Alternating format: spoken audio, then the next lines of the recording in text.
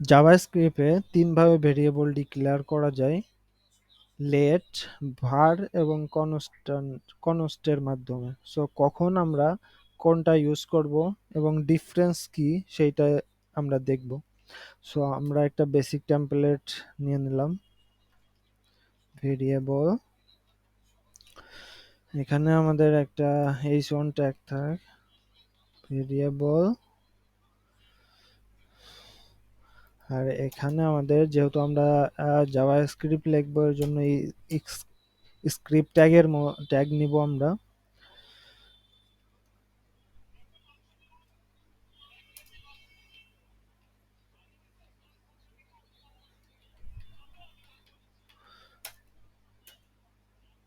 তো এখানে আমরা লেট, var, কনস্টের মাধ্যমে আমরা ভেরিয়েবল ডিক্লেয়ার করতে পারি।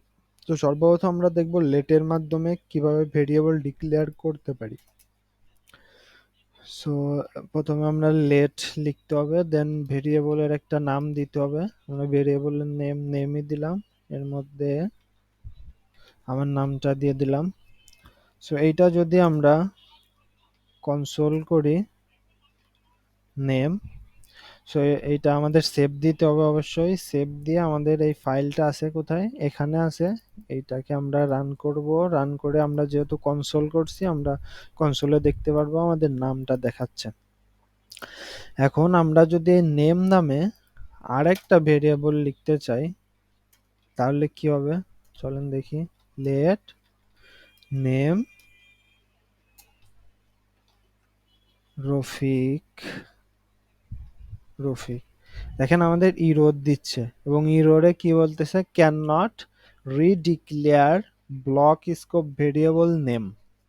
তার মানে এই নেম নামে ভেরিয়েবল ডিক্লেয়ার করা যাবে না সেকেন্ড টাইম। এটা যদি আমরা ডিক্লেয়ার বলতে আমাদের এখানে শুধু আমরা এটা ডিক্লেয়ার করলাম আর এখানে আমরা ভ্যালুটা সেট করলাম। এই ডিক্লেয়ার সেকেন্ড টাইম নেম নামে আর ডিক্লেয়ার করা যাবে না। আমরা ভ্যালু চেঞ্জ করতে পারবো, এখানে আমরা ভ্যালুটা চেঞ্জ করতে পারবো। এখানে যদি আমরা শফিক দেই আমাদের ভ্যালুটা ঠিকই চেঞ্জ হবে। এখন আমাদের সেভ দিয়ে যদি দেখি আমাদের ভ্যালু দেখাবে শফিক, কিন্তু আমরা রিডিক্লেয়ার করতে পারবো না।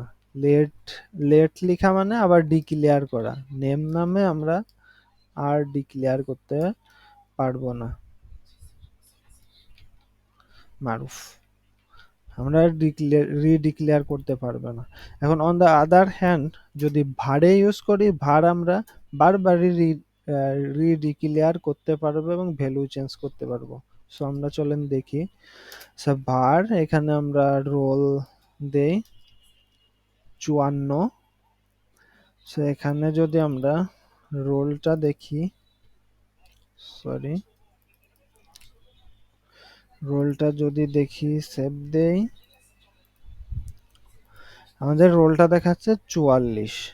এখন আমরা যদি আবার ভারটা রিডিক্লেয়ার করি, আচ্ছা আমরা এইভাবে না লিখে এই জায়গায় আমরা ডিক্লেয়ার করলাম আর আর এখান থেকে আমরা ভ্যালু অ্যাসাইন করব 44।